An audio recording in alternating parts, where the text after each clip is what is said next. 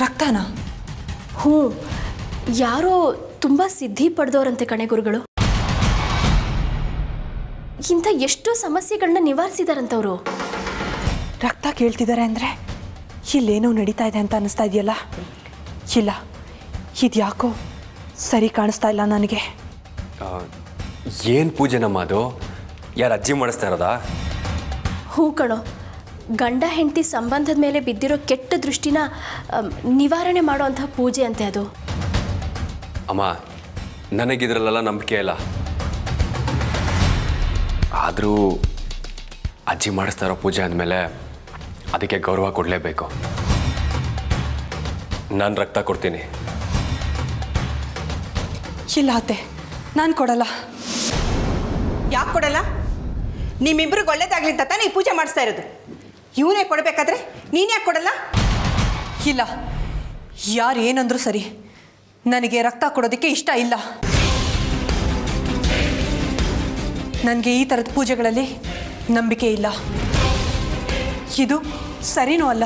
ಅಮೃತ ಅವರೇ, ಈ ಪೂಜೆಯಿಂದ ನಾವಿಬ್ರು ಹೊಂದ್ಕೊಂಡು ಹೋಗ್ತೀವಿ ಅನ್ನೋ ಭ್ರಮೆ ಆಗಲಿ ನಂಬಿಕೆ ಆಗಲಿ ನನಗಂತೂ ಇಲ್ಲ. ಆದರೆ ಅಜ್ಜಿ ನಮಗೋಸ್ಕರ ಇಷ್ಟೆಲ್ಲ ಮಾಡ್ತಿದ್ದಾರೆ ಅನ್ನೋ ಗೌರವಕ್ಕೆ ನಾನು ರಕ್ತ ಕೊಡೋದಕ್ಕೆ ಒಪ್ಕೊಂಡಿದ್ದೀನಿ. ಅವ್ರ ನಂಬಿಕೆಗೆ ನಾವು ಯಾಕೆ ಪೆಟ್ಕೊಡ್ಬೇಕು? ಹಾಗಂತ ರಕ್ತ ಕೊಡು ಅಂದರೆ ಕೊಡೋದಕ್ಕಾಗತ್ತಾ? ಇಲ್ಲ, ಇಲ್ಲಿ ಯಾರು ಏನು ಅಂದ್ಕೊಂಡ್ರು ಅಷ್ಟೇ. ನನಗಿದ್ಯಾಕೋ ಸರಿ ಅನ್ನಿಸ್ತಾ ಇಲ್ಲ. ಬರ್ತಾ ಬರ್ತಾ ಎಲ್ಲಾದ್ರಲ್ಲೂ ತಪ್ಪು ಕಂಡುಹಿಡಿಯೋದು ಕಲ್ತ್ಬಿಟ್ರಿ ಅಲ್ವಾ? ನೀವೊಬ್ರು ಸರಿ, ಉಳಿದವರೆಲ್ಲ ತಪ್ಪು. ಇನ್ನೊಬ್ರ ನಂಬಿಕೆಗಿಂತ ನಿಮಗೆ ನಿಮ್ಮ ಹಠ ಸಾಧಿಸ್ಕೊಳ್ಳೋದೇ ಮುಖ್ಯ ಆಗೋಯ್ತಲ್ವಾ? ಛೇ, ಬರ್ತಾ ಬರ್ತಾ ನೀವು ನಡ್ಕೋತಾ ಇರೋ ರೀತಿ ತುಂಬಾ ಹಿಂಸೆ ಆಗ್ತಾ ಇದೆ ರೀ. ನಾನು ಪ್ರೀತಿಸಿದ ಅಮೃತ ನೀವೇನೋ ಅನ್ನೋ ಸಂದೇಹ ಬರ್ತಾ ಇದೆ. ಛೇ,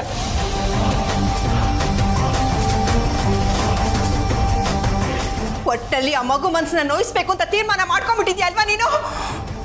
ಹೇಮಾ, ನೀನು ಸೊಸೆ ಸ್ವಲ್ಪ ಬುದ್ಧಿ ಹೇಳು. ಇವಳನ್ನ ನೀನು ವಹಿಸ್ಕೊಂಡೆ ಇವತ್ತು ಇವಳು ನಿನ್ನ ತಲೆ ಮೇಲೆ ಕೂತಿರೋದು. ಅತ್ತೆಮ್ಮ, ನೀವು ಕೋಪ ಮಾಡ್ಕೋಬೇಡಿ.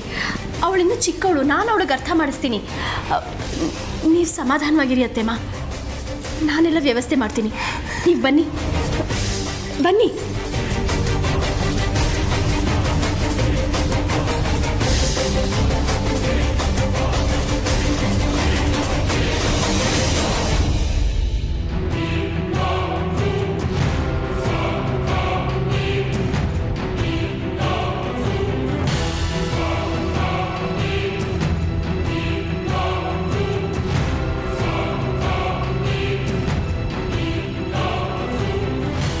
ಅಂತೂ ಇಂತೂ ನಿಮ್ಮಿಬ್ರು ನೋವು ಮಾಡೋದಕ್ಕೆ ನಾನು ನರ್ಸ್ ಕೆಲಸನೂ ಮಾಡ್ಬೇಕಾದ್ ಬಂತು.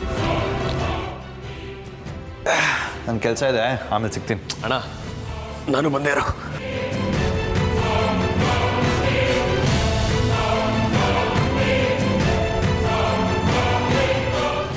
ಛೇ, ಏನಾಗಬಾರ್ದು ಅಂದ್ಕೊಂಡಿದ್ನೋ ಅದೇ ಆಗೋಯ್ತಲ್ಲ.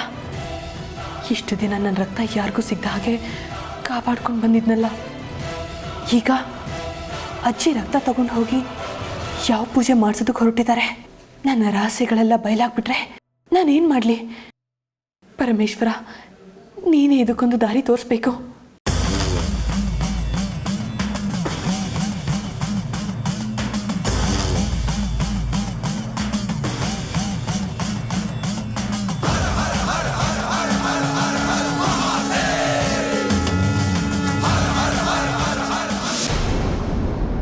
ಹಾಗೆ ಇನ್ನೊಂದು ಮಾತು ರುದ್ರ, ಒಂದು ವೇಳೆ ನೀನು ನಾಗಿಣಿಯ ರಕ್ತ ಪಡ್ಕೊಳ್ಳೋದ್ರಲ್ಲಿ ಯಶಸ್ವಿಯಾದ್ರೆ ನೀನು ತುಂಬಾ ಶಕ್ತಿವಂತ ಆಗ್ತೀಯ.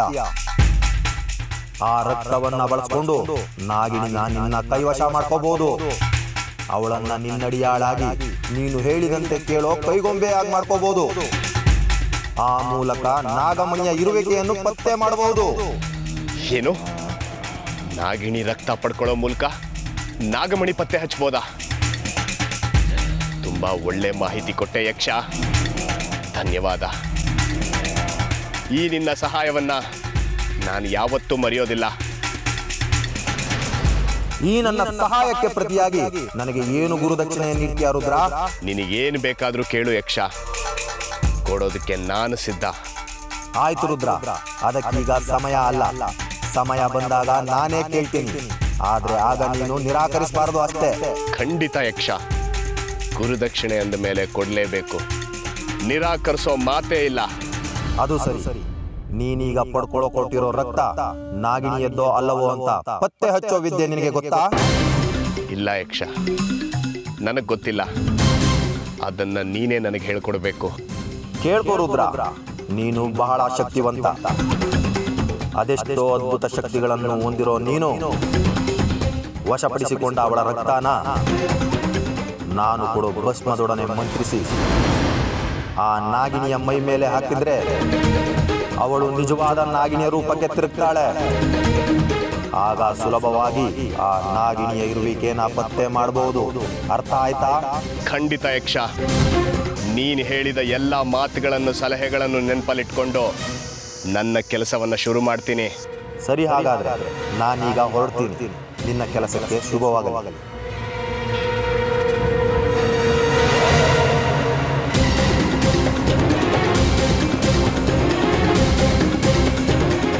ಜೈ ಮಹಾರುದ್ರ.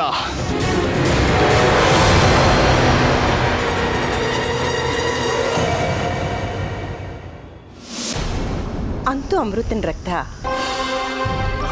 ನನ್ನ ಕೈ ಸೇರಾಯ್ತು.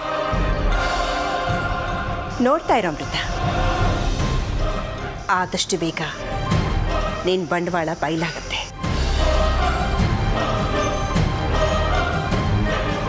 ಅರೆ ಅಜ್ಜಿ, ಏನಿದು ರಕ್ತದ ಬಾಟ್ಲು ಕೈಲಿಟ್ಕೊಂಡಿದ್ರ? ಯಾರ್ದು? ಮಯೂರಿ, ಅಮೃತನಿಂದ ಏನೋ ರಹಸ್ಯ ಇದೆ ಅಂತ ನೀನು ಹೇಳ್ತಾ ಇದ್ದೆ ಅಲ್ವಾ? ಕೆಲವು ಸಲ ಅವಳು ತುಂಬ ವಿಚಿತ್ರವಾಗಿ ನಡ್ಕೋತಾಳೆ ಅಂತ ರುದ್ರನೂ ಹೇಳ್ತಾ ಇದ್ದ. ನನಗೂ ಕೆಲವು ವಿಚಾರಗಳೆಲ್ಲ ಅನುಮಾನ ಇತ್ತು. ಅದಕ್ಕೆ ಅಮೃತನ ರಕ್ತನ ತರಿಸಿರೋದು. ಅಯ್ಯೋ ಅಜ್ಜಿ, ಅವಳ ಹತ್ರ ಏನೋ ರಹಸ್ಯ ಇದೆ ಅಂತ ಇವಾಗಿಂದ ಅಲ್ಲ, ನನಗೆ ಮೊದಲಿಂದಾನೂ ಅನುಮಾನ ಇತ್ತು. ನೀವೇ ನೋಡಿದ್ರಿ ಅಲ್ವಾ, ಮದುವೆ ಟೈಮಲ್ಲಿ ಅವಳು ಆಡಿದ ಆಟ 1-2 ಸುಳ್ಳನ್ನ ಸತ್ಯ ಅನ್ಸೋದು, ಸತ್ಯನ ಸುಳ್ಳು ಅನ್ಸೋದು. ಅವಳಿಗೆ ಸುಲಭವಾಗಿ ಒಲ್ದಿರೋ ಕಲೆ ಅಜ್ಜಿ. ಹ್ಞೂ ಅಜ್ಜಿ, ನನಗಂತೂ ಈಗಲೂ ನಂಬಿಕೆ ಬರ್ತಾ ಇಲ್ಲ. ಕಣ್ಣಲ್ಲಿ ನೋಡಿದ್ದನ್ನ ಇಲ್ಲ ಅಂತ ಅನ್ನಿಸ್ಬಿಟ್ಲು ಅಂದರೆ ಸುಮ್ಮನೆನಾ? ಹೌದು ಮಯೂರಿ, ಅದೊಂದೇ ಅಲ್ಲ, ಇನ್ನೂ ಸುಮಾರು ವಿಚಾರಗಳಲ್ಲಿ ಅವಳು ಅನುಮಾನ ಬರೋ ರೀತಿ ನಡ್ಕೊಂಡಿದ್ದಾಳೆ. ರುದ್ರನ ಅನುಮಾನಗಳು ನನಗೆ ಸರಿ ಅನಿಸ್ತಾ ಇದೆ. ಹ್ಞೂ ಅಜ್ಜಿ, ಮಾವನಿಗೂ ಅನುಮಾನ ಬಂದಿದೆ ಅಂದರೆ ಏನೋ ಉದ್ದೇಶ ಇಟ್ಕೊಂಡೆ ನಿಮಗೆ ಈ ಕೆಲಸ ಮಾಡೋಕ್ಕೆ ಹೇಳಿದ್ದಾರೆ ಅಂತ ಆಯಿತು. ಒಳ್ಳೇದೇ ಆಯಿತು ಬಿಡಿ. ಅದು ಸರಿ, ಈ ವಿಚಾರ ಮನೆಯವ್ರಿಗೆಲ್ಲ ಗೊತ್ತಾ?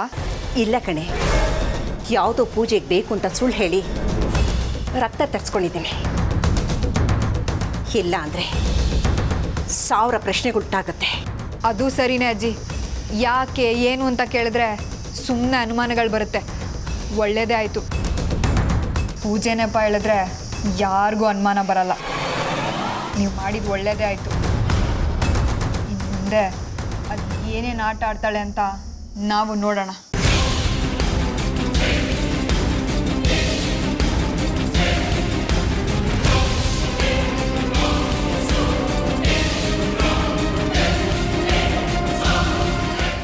ದಯವಿಟ್ಟು ರಕ್ತನ ಯಾವ ಪೂಜೆಗೂ ಕೊಡೋದಕ್ಕೆ ಹೋಗ್ಬೇಡಿ, ಅರ್ಥ ಮಾಡ್ಕೊಳ್ಳಿ. ನೋಡಿ, ಯಾವ್ದಾವುದೋ ವಿಚಾರನ ಎಲ್ಲೆಲ್ಗೋ ಲಿಂಕ್ ಮಾಡಿ ಅಜ್ಜಿನ ಇದರಲ್ಲಿ ಎಳೆದು ತರಬೇಡಿ. ಇಷ್ಟಕ್ಕೂ ರಕ್ತ ಕೇಳ್ತಾ ಇರೋದು ಅಜ್ಜಿ ಅಲ್ಲ, ಚಿಕ್ಕಪ್ಪ. ಅರ್ಜುನ್ ಮತ್ತು ಮಯೂರಿ ಮದುವೆ ಬಗ್ಗೆ ಯಾರಿಗೂ ಅಸಮಾಧಾನ ಇತ್ತು ಅನ್ಸುತ್ತೆ. ಅದಕ್ಕೆ ಅದನ್ನು ಮುರಿಯೋದಕ್ಕೆ ನನ್ನನ್ನು ದಾಳವಾಗಿ ಉಪಯೋಗಿಸ್ಕೊಂಡಿದ್ದಾರೆ.